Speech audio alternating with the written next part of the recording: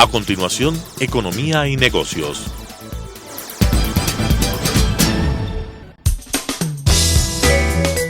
Clasificación B, bajo supervisión de un adulto.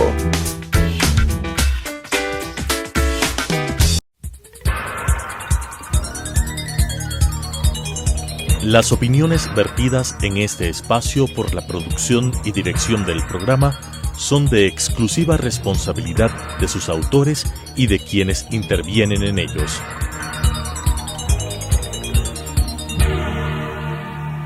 Telesucesos Canal 29 UHF presenta Economía y Negocios, un espacio para presentar a los principales actores locales del emprendimiento y del mundo empresarial, con la conducción de José Luis Iturralde. Economía y Negocios.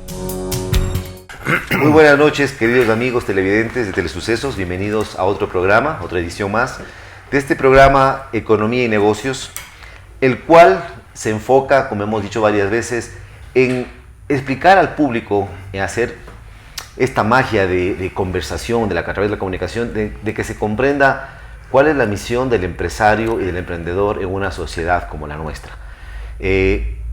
Tan castigada, tan golpeada, con una década complicada, donde no vamos a topar temas políticos sobre esa década, pero sí vamos a toparla como un tema desde un punto de una visión económica y sociológica. El gobierno anterior tuvo un modelo a seguir, un modelo claro, y nunca lo mintió, porque siempre fue muy claro.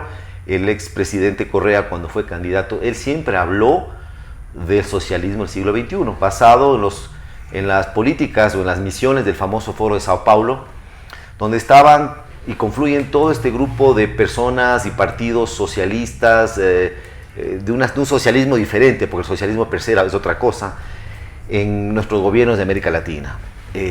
Mucho se habla, y creo que la base es quién generó, quién fomentó todo este modelo a seguir. Obviamente fue Fidel Castro, a través de uno de sus discípulos más importantes, el coronel Chávez, quien a través de una revuelta se hace famoso en Venezuela, va preso, y a los pocos meses el presidente Caldera le da un indulto y logra ser candidato, y bueno, la historia ya lo saben ustedes. Para hablar de este tema desde el punto de vista económico, hablaremos también de otros temas coyunturales, pero nos vamos a basar en el tema económico. Tengo un invitado especial, Juan Manuel Rodríguez. Juan Manuel, bienvenido. Gracias, José Luis. Juan Manuel es un sociólogo, es un filósofo, un hombre involucrado a temas educativos, también a temas administrativos. Él tiene un posgrado, ¿en qué me registe? En Relación y Derecho Internacional. Tiene un currículum extenso, y justamente por eso, en lugar de hablar mucho de su currículum, quiero hablar más, aprovechar su presencia aquí para hablar de este tema del modelo económico. Primero quiero que me comentes cuánto tiempo tienes en Ecuador. Tú eres venezolano. Sí, bueno, gracias, José Luis, primero, y quiero darle un saludo al que nos está viendo en este momento. Qué oportuno, estas son ventanas que no se puede desperdiciar leyéndole el currículo a un mortal cualquiera. Mira, yo tengo un buen tiempo aquí viviendo en Ecuador, tengo casi 4 años, voy y vengo, ¿no? Ya. Paso a Perú, paso a Colombia, voy a Venezuela con frecuencia, pero ya estoy radicado aquí en Ecuador, un país que quiero mucho, que respeto mucho. Y ya hablo de ñaño, ya hablo de chuta, las cosas, ya me tropicalicé. Ya estás aterrizado. Sí, mira, lo que pasa en Venezuela es terrible, porque lo que hablamos antes de salir a cámara, decíamos que ¿por qué hay tantos venezolanos aquí? El gobierno dice que una suerte de esnovismo, una suerte de... novelería. Sí, de azar, bueno, se fueron uno, y como somos muy unidos, así como los ecuatorianos, entonces nosotros también nos vamos, ¿no? Pero en realidad no es eso. En Venezuela hay un descalabro económico, social, político. ¿Qué es el socialismo del siglo XXI? Que lo decía en este momento en el introito. El socialismo del siglo XXI es una galimatía, es algo abstracto, profuso, complejo, sin una base epistemológica, sin un fundamento filosófico ni sociológico. El socialismo del siglo XXI no es más que un parapeto para poderse llegar al poder y perpetuarse en el poder. Eso lo usó Chávez. Mira, en el año 90, ¿sabes que José Vicente Rangel era muy próximo a Cuba, ¿no? Porque fue guerrillero, fue comunista. Como todos estos grandes comunistas, hasta que tienen mucha plata y se desmarcan, se desdibujan de lo que es el socialismo, y la ideología se difuminan, se desaparecen. José Vicente Rangel le sugería a Fidel Castro que no apoyase a Hugo Chávez, porque Hugo Chávez ya le coqueteaba a Norberto Ceresole. ¿Quién era él? Él era el mentor de Omar Gaddafi, un hombre peronista radical de extrema derecha. ¿Cómo tú puedes hacer misible el socialismo con la extrema derecha? Chávez usó el socialismo del siglo XXI como un amparo, una suerte de lo que podía explanar como ¿No para te parece, convencer a la gente, la injusticia. Chávez tenía que entrar con un discurso que impacte, sobre todo en una sociedad que estaba convulsionada un poco, porque hablábamos de que en Venezuela había un nivel de corrupción considerable, ¿no? Sí. Al igual que en Cuba antes de que venga Fidel Castro, al igual que en Bueno, con Venezuela. Fidel Castro fue peor. Pero, claro, fue peor la cura que la enfermedad. Sí. Si nos ponemos a ver lo que pasaba con Batista y con lo que pasó con Castro, pues Batista casi es un santo. Podría ser un santo. Sí, después de lo que pasó con la dictadura de los Castro. Bueno, hablemos del tema económico. ¿Chávez tenía algún modelo económico o simplemente se inventó una fórmula para llamar la atención? No, Chávez era un hombre que vivía permanentemente improvisado. Permanentemente estaban haciendo testeo en la sociedad para qué es lo que queríamos los venezolanos. Como dices tú, Chávez no llegó al azar, no fue algo producto de un accidente, no. Chávez llegó porque había una democracia gangrenada, había una democracia enferma, se había trenzado pactos entre la oposición, entre los grupos de factores de poder. Entonces se fue derruyendo la democracia en Venezuela y llegó Chávez como el salvador. Mira, uno de los problemas nosotros como país... Pero Rafael Caldera le da el apoyo para... No, déjame darte una precisión allí. Mucha gente cree que Rafael Caldera indultó a Chávez y no. Aquellos que conocen del derecho o que son abogados saben que hay una diferencia muy marcada entre lo que es el indulto y el sobreseimiento. Te lo explico muy sucintamente. El indulto te considera culpable, vas a los jueces ordinarios, hay una sentencia definitivamente firme y yo te indulto. Potestad que me da la democracia, potestad que me da la ley. Solo al presidente de la República. Y te perdono. Claro. El sobreseimiento es que tú no vas a juicio y en el decurso del juicio o lo previo al juicio, yo te perdono y te dejo todo así. O sea que Chávez nunca fue considerado culpable. O sea, no fue considerado, eso te iba a preguntar. No, entonces, ¿dónde estuvo el error del presidente Rafael Caldera? Por cierto, yo tengo buena relación con el hijo del presidente, que fue mi tutor en la Universidad de Monte Ávila, y yo le hablaba de eso casualmente. Y él me explicó algo, mira qué rápido me lo explicó. Me dijo, todos los candidatos, si tú haces un barrio histórico de esa época, en los años 90, todos los candidatos habían ofrecido indultar a Chávez.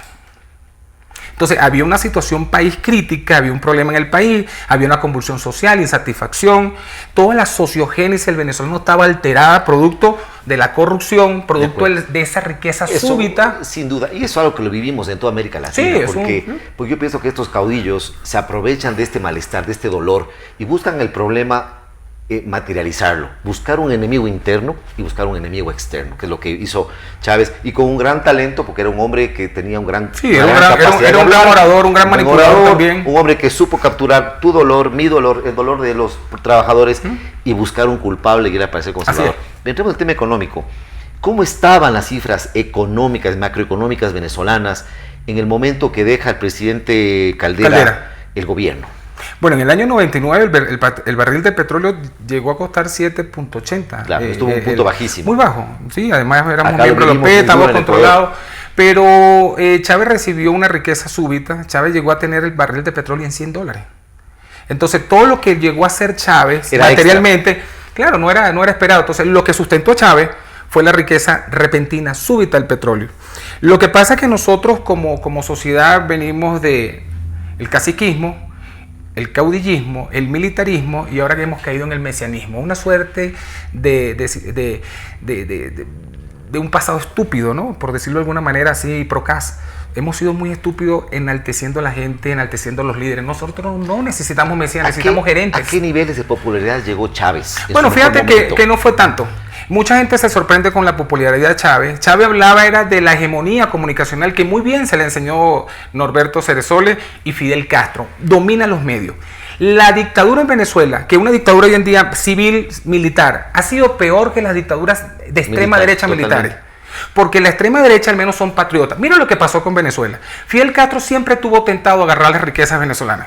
No lo digo por vanidad y no quiero que me interpreten así. Venezuela, uno de los países en los años 70, era más rico que Noruega, era más rico que Japón, estaba entre las primeras potencias económicas del mundo. Claro, era un estado que dependía del petróleo. Pero ¿qué pasó con eso? ¿Qué pasó? No se invirtió el petróleo, no se sembró el petróleo, como dijo. Entonces Fidel Castro, porque era un hombre con talante muy intelectual. Necesitaba además el petróleo. Además, José Luis, Fidel Castro llegó por la vía de las armas. Si tú te pones a hacer una taxonomía de toda la historia de Fidel Castro, es un hombre interesante. Fidel Castro llegó con la épica. Fidel Castro se empuñó un fusil, luchó, derrocó a Fulgencio Batista y llegó al poder. No llegaba a los 35 años. Chávez se mimetizó, se burló de las democracias, se burló de la democracia, de la bondad de la democracia, traicionó la democracia y después que llegó al poder quiso entronizarse. ¿Cómo lo hizo? Con el populismo, regalando, sobornando, lanzando las riquezas al pero pueblo. Pero eso le generó cuánta popularidad, porque Chávez gana elecciones democráticamente. Pero no llegó al 60%. Más tuvo Jaime Lucinchi en los años 80, cuando Carlos Andrés Pérez fue reelecto en el año 88. Chávez no tuvo tanta popularidad, pero era la sensación que daba a través de los medios de comunicación, claro, esa hegemonía comunicacional. Controló los medios e inclusive cerró varios medios. Mira, hablando ahorita que nombré a Ceresole, Gaddafi, semana antes de caer, salía en cadena nacional permanentemente y daba la sensación de que estaba entronizado. Yo creo que al gobierno Maduro le queda poco. Y la gente dirá, pero ¿cuántos años dicen lo mismo y lo mismo? Bueno, los procesos históricos son como los procesos geológicos, son lentos, pero requieren madurarse. A Maduro le queda poco porque Venezuela hoy en día va a cerrar la inflación con 1.800.000%. Eso nada más es comparable con situaciones de tragedias nacionales como, por ejemplo, Alemania en 1923, una guerra civil, una o guerra Zimbabue, una situación sobrevenida, guerras civiles. Los conocedores de economía, como tú, saben que las causas principales de una catástrofe económica sí puede ser una guerra, algo sobrevenido a la naturaleza, una conmoción social. Venezuela sin tener conmoción social porque dicen que los Estados Unidos conspiran contra el gobierno venezolano. Bueno, yo quiero que la gente que nos está viendo ahorita sepa que el único país en el mundo que le paga cash a Venezuela el petróleo es Estados Unidos. Si tú tienes esa hidalguía, si tú eres tan poderoso, si tú eres tan arrogante como gobernante, ¿por qué no agarras y le cierras el grifo y no le mandes más petróleo a Estados Unidos? Claro, vamos a entrar en un tema más profundo de lo que te hablaba al comienzo. Hablemos de cifras. Dijiste algo interesante, a Maduro le queda poco.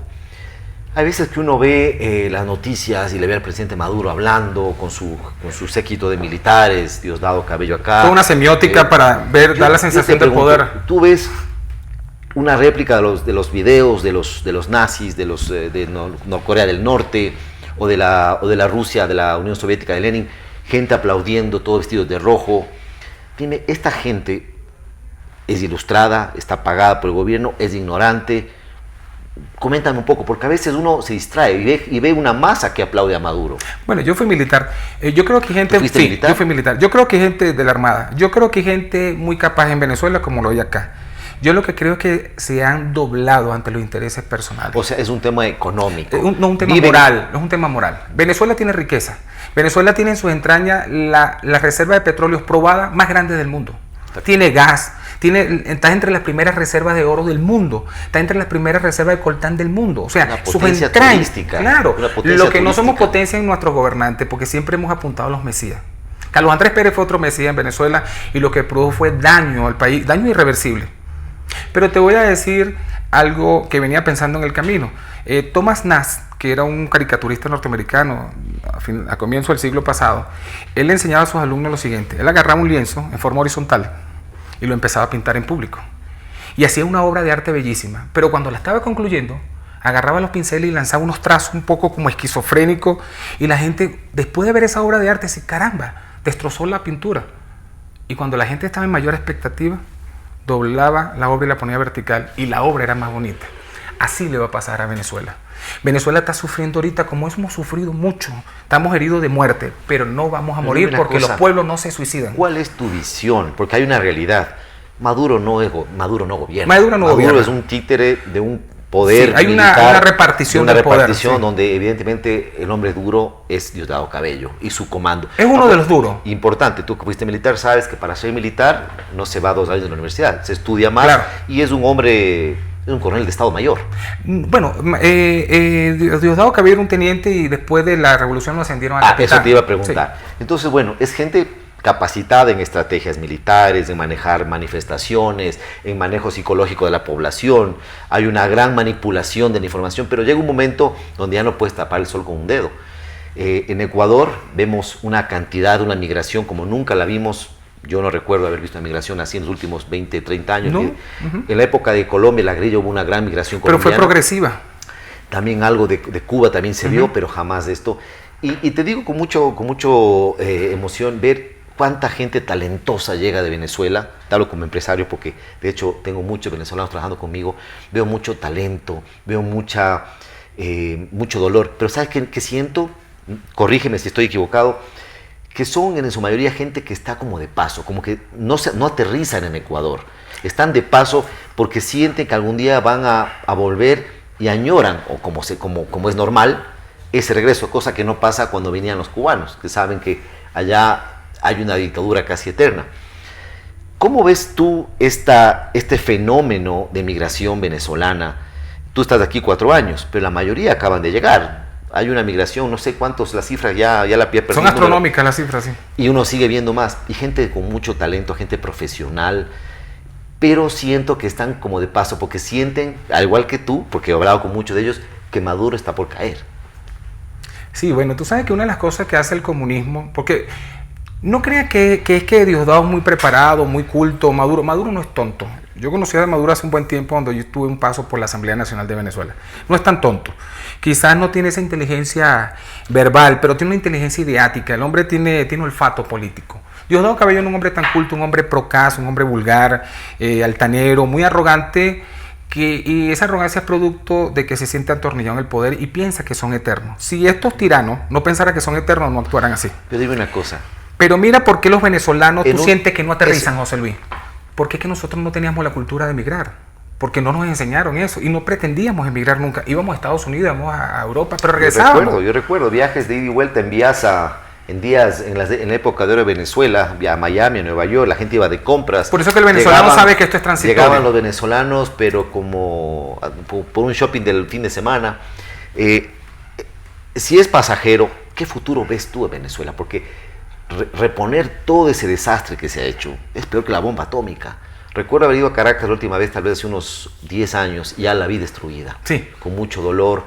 Recuerdo la zona del Hotel Hilton, que ahora se convirtió en una zona... En el Hotel Alba, Caracas, ¿no? Para albergar el G2 cubano, por cierto. Recuerdo la zona del Tamanaco, recuerdo las Mercedes, una zona maravillosa donde había los mejores restaurantes de América Latina, estaban ahí, el Chacaíto, Mercedes. Sí, ambos.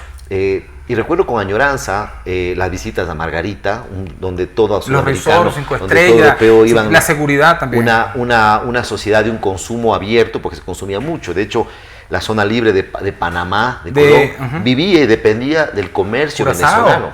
Bonaire, Aruba, esas pequeñas islas, ¿sí? El norte de Brasil. ¿Qué puede pasar en un escenario imaginario? ¿Qué debe pasar para que caiga Maduro? Y no es Maduro, porque esto es una metástasis que está tomado todos los poderes.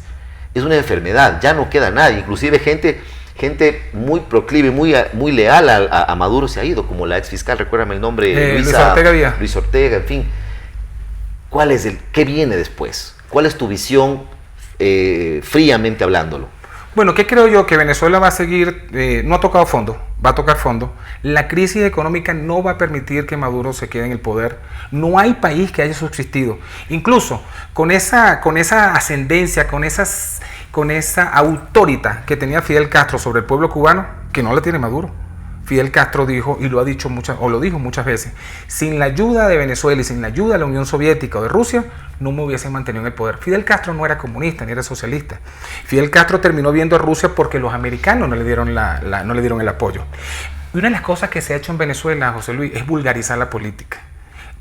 Judicializar la disidencia. A ti te persiguen. Fíjate, Fernando Albán, al cual conocí, lo lanzaron. Ese hombre yo no creo que ni lo lanzaron. Yo creo que más bien lo mataron, se excedieron en la tortura y después de muerto lo lanzaron. Incluso, terrible. Tú hablas, perdóname, del comando... sí, el SEBIN. Sí. Pero... yo creo que Venezuela va a resurgir como el ave fénix. La ley Motit de Maduro y de Chávez, porque esto no es culpa de Maduro, quien ungió a Maduro fue Chávez.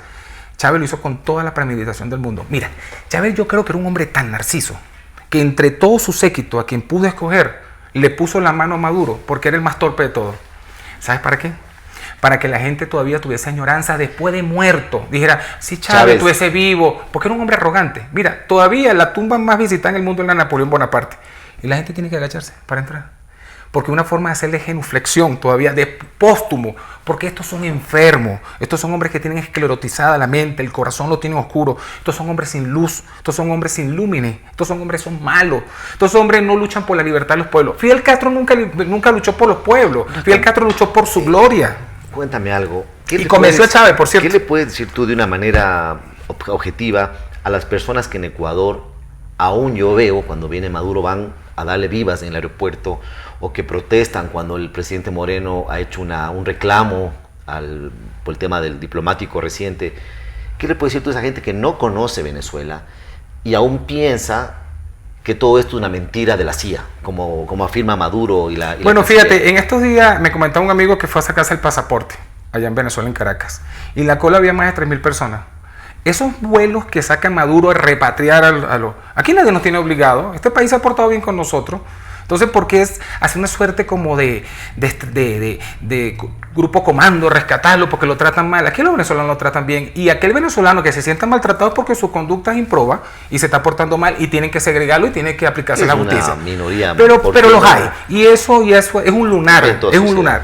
Pero yo creo ¿qué llamado le hago a esa gente? Mira, al ecuatoriano, no al venezolano, porque el venezolano sabe lo que está pasando. Yo me refiero al ecuatoriano. Eso es puro montaje. Claro. Venezuela sigue recibiendo miles de millones de dólares diarios. Eso le da la cartera para generar en varios países disidencia. Incluso el vicepresidente de Estados Unidos reciente dijo que el presidente de Honduras le había confesado que estos movimientos viene de Venezuela. Viene de Venezuela. Entonces, ¿qué es lo que está haciendo Maduro? Está moviendo junto con Manuel Zelaya, le está cambiando la atención. ¿Cuántos ilegales no entran a Estados Unidos? Deben entrar miles diarios. Pero el valor emblemático de una transhumancia de esta gente que se está movilizando, niños, gente pobre, que Estados Unidos le pone el freno. Y le voy a decir algo porque yo quiero mucho al pueblo mexicano y tengo buenos vínculos con el pueblo mexicano y con las universidades mexicanas. Pero hay una hipocresía de los gobernantes mexicanos. El norte de México es el sur de Estados Unidos. Y Donald Trump habla de un muro. Y todo el mundo se escandaliza porque es el complejo. Pero es que los mexicanos tienen un muro en el norte, que es el sur, que es el norte de un pueblo más pobre que es Guatemala. Entonces, el pueblo más pobre también los mexicanos lo frenan. Entonces, es natural. Ecuador tiene que regularizar la entrada de venezolanos, porque no puede entrar todo el mundo. Además, es un país pequeño, con una economía pequeña, tiene una estabilidad para que de manera sobrevenida venga cualquier cantidad de migrantes. Y te quiero precisar otra cosa que lo veo mucho en los medios de comunicación. Éxodo venezolano no es éxodo venezolano, es exilio venezolano. Es refugiado venezolano.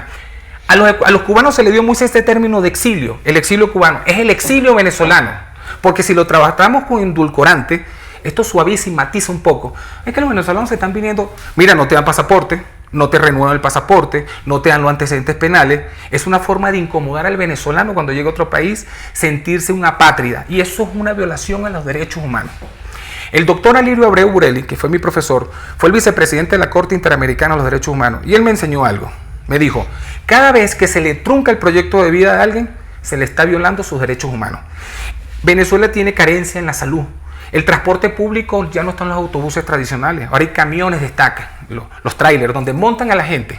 Como ganado. Como ganado. Y esto lo hacen a propósito, José Luis. Esto lo hacen para que la gente se vaya a Venezuela, para que la gente se sienta incómoda, para que la gente se sienta insatisfecha. Mira, Maduro en agosto de este año, y para que la gente más o menos sepa para hacérselo gráfico, el salario en Ecuador son $380 mínimo. Bueno, el salario en Venezuela era X cantidad, porque ha cambiado tanto esto que ya ni uno logra precisar en el espacio, en el tiempo, la cifra.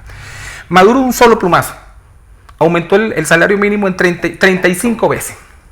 Si tú tienes en Ecuador un salario mínimo de $380, multiplícalo por 35, que quizás tú eres mejor que yo en las matemáticas, debe estar rondando los $14.000.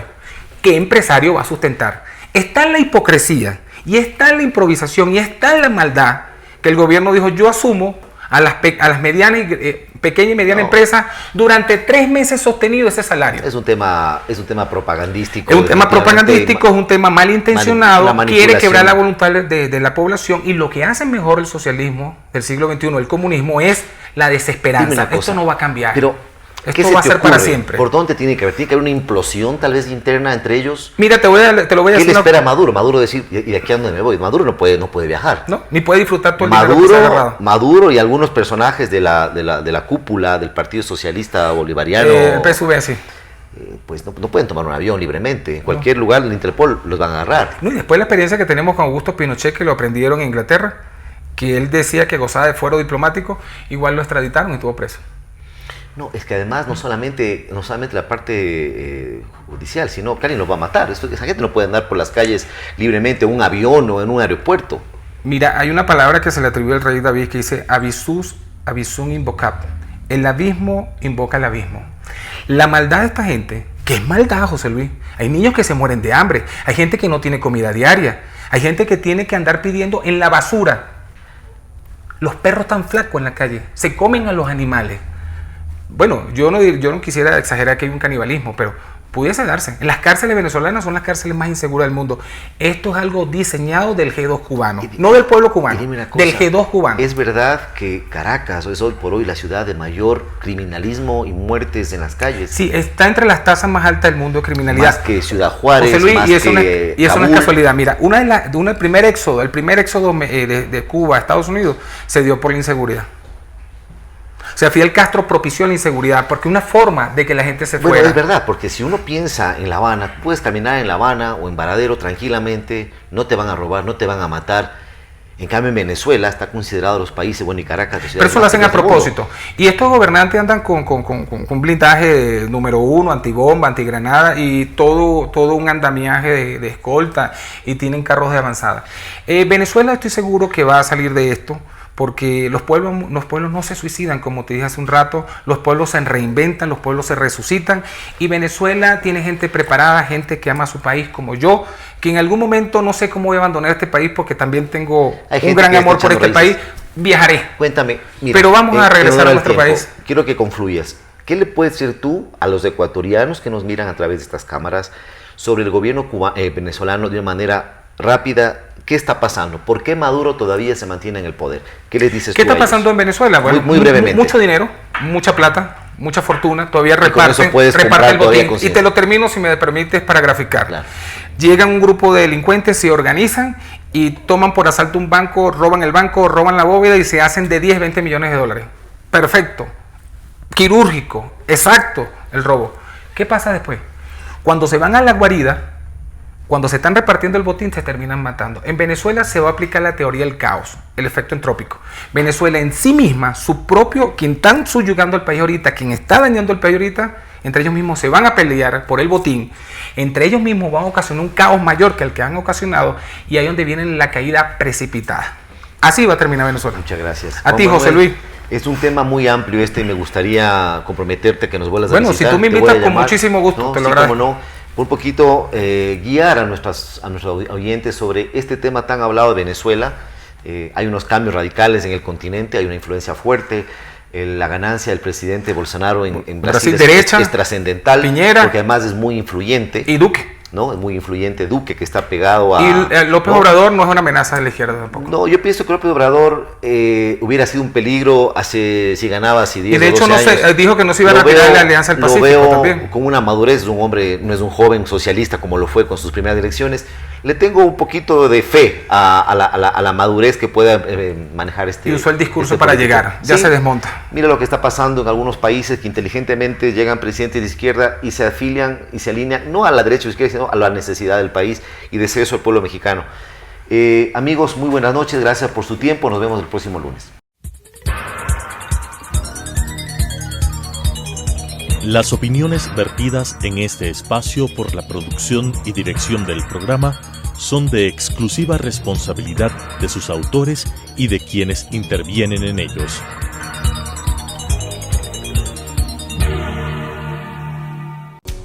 Telesucesos Canal 29 UHF presentó Economía y Negocios, un espacio para presentar a los principales actores locales del emprendimiento y del mundo empresarial, con la conducción de José Luis Iturralde.